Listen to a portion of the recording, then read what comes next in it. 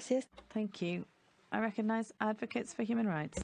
Mr. President, the Advocates for Human Rights and the World Coalition Against the Death Penalty thank the working group for its report on the Universal Periodic Review of Algeria.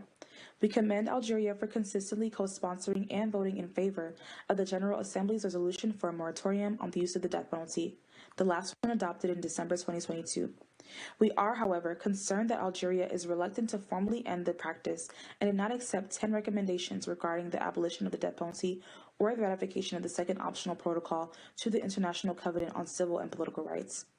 Algeria has not carried out an execution since 1993, but continues to sentence people to death. Algeria's penal code still prescribes the death penalty for 33 crimes, some of which are non-serious, such as leading and organizing a rebellion. Article 87 of Algeria's Penal Code provides that individuals convicted of acts of terrorism can be sentenced to death, but since there is no official definition of terrorism, political associations are vulnerable to criminalization. The government of Algeria used this provision to prosecute, detain, and convict journalists, human rights defenders, and activists for their ties to unregistered political organizations, most notably members of the 2019-2021 Iraq protest movements. We welcome Spain and Mexico's recommendations to re-examine Article 87, but Algeria noted these recommendations and claimed that Article 87 was already in compliance with such standards.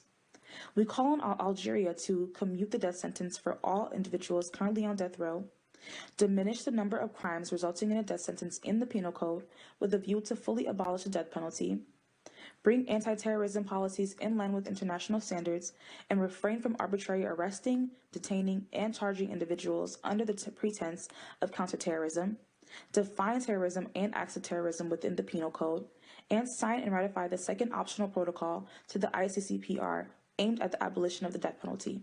Thank you.